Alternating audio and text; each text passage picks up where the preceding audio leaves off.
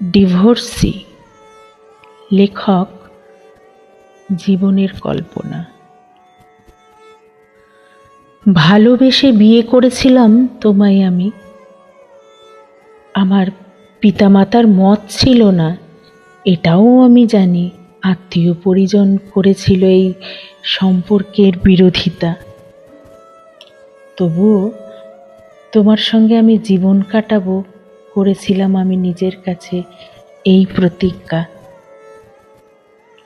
হৃদয়ে তোমায় রেখেছিলাম, ভালোবেসেছিলাম তোমায় দেখে, সবটাই মানিয়ে নিয়েছিলাম তোমার কাছে যাবার জন্য।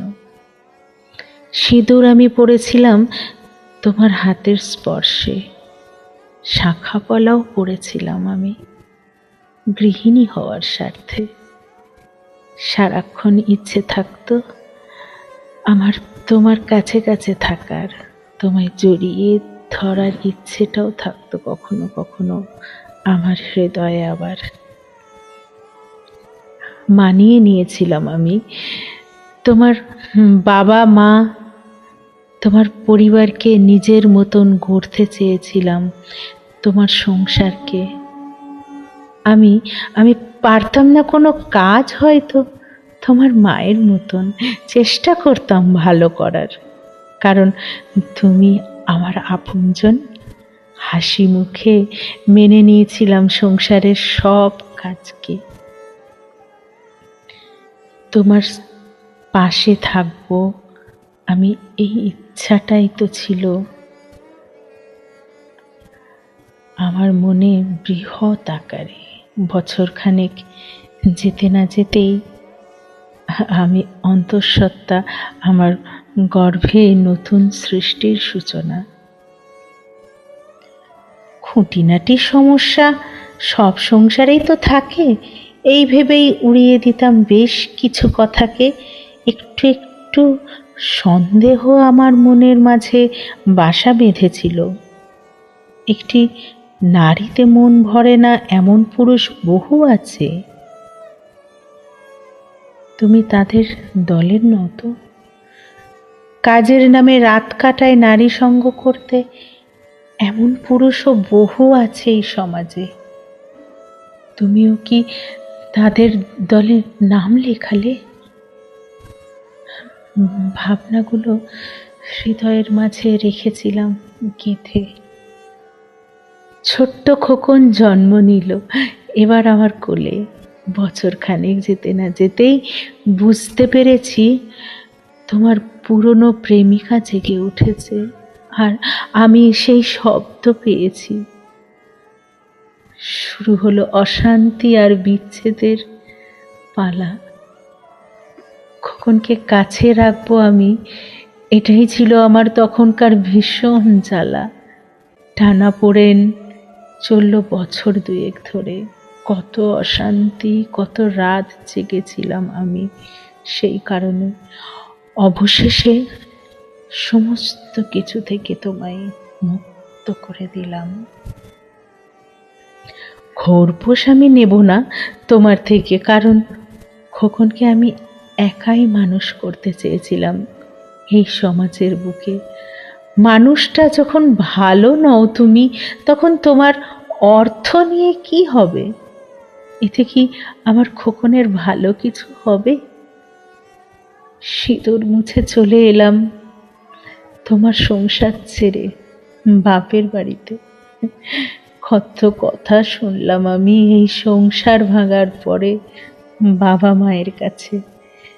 তখন আমার কপালে ডিভোর্সির সম্মান লেখা হয়ে গেছে।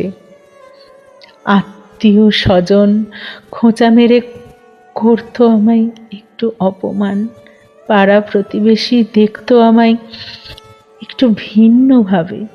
আমি যেন মার্ডার করা আসামি এসেছি তাদের মাঝখানে। বাপের বাড়িতে কাজের জন্য বাইরে যাই, তাই শুনি অনেক কথা। আমি যে ডিভোর্সি সেই নিয়ে চলে অনেক রঙ্গ তামাশা। কানে শুনেও শুনি না, চোখে দেখেও দেখি না।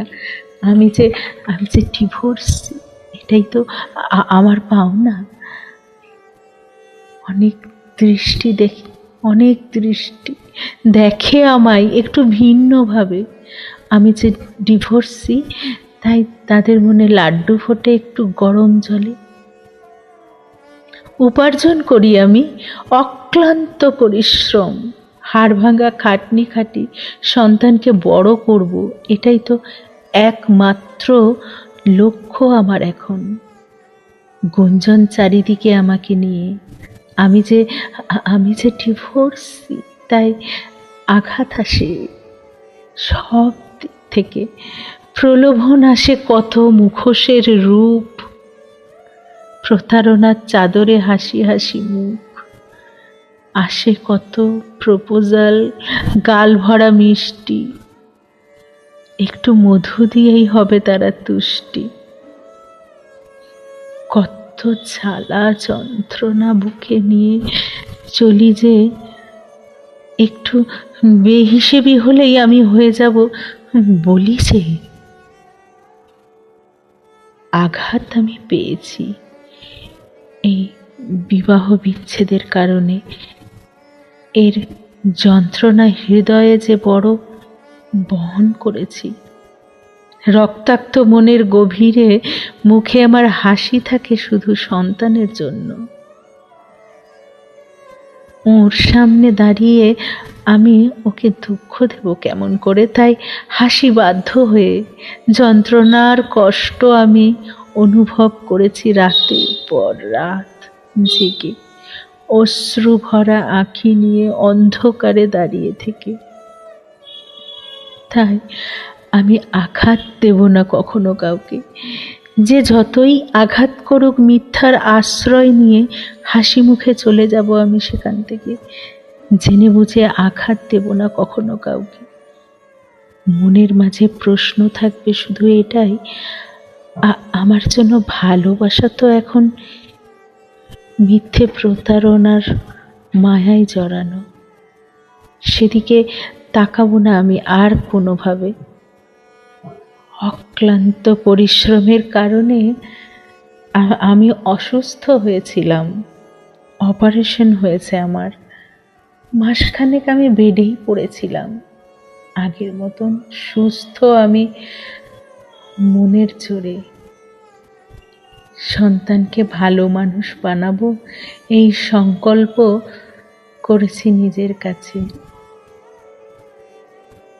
আবারও যদি ভুল করে ভালোবাসি কাউকে, বাবা মা আত্মীয় পরিজন বলবে, আগের বারে মুখ পুড়িয়ে শিক্ষা হয়নি বুঝি তোমার? প্রশ্ন শুধু থেকেই গেল আমার হৃদয় সংবিধানে। একটি খুনির সাজা 7 বছরের হয়, তারপরেই তো সে মুক্ত হয়ে বাইরে ঘুরে বেড়ায়।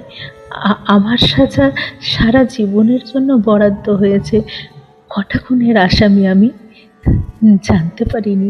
আমি শুধু নিজে ভালোবেসে বিয়ে করেছিলাম, এটাই আমার অপরাধ।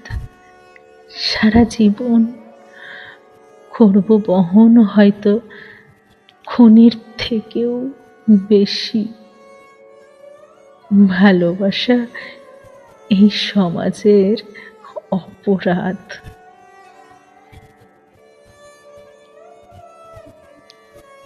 ধন্যবাদ।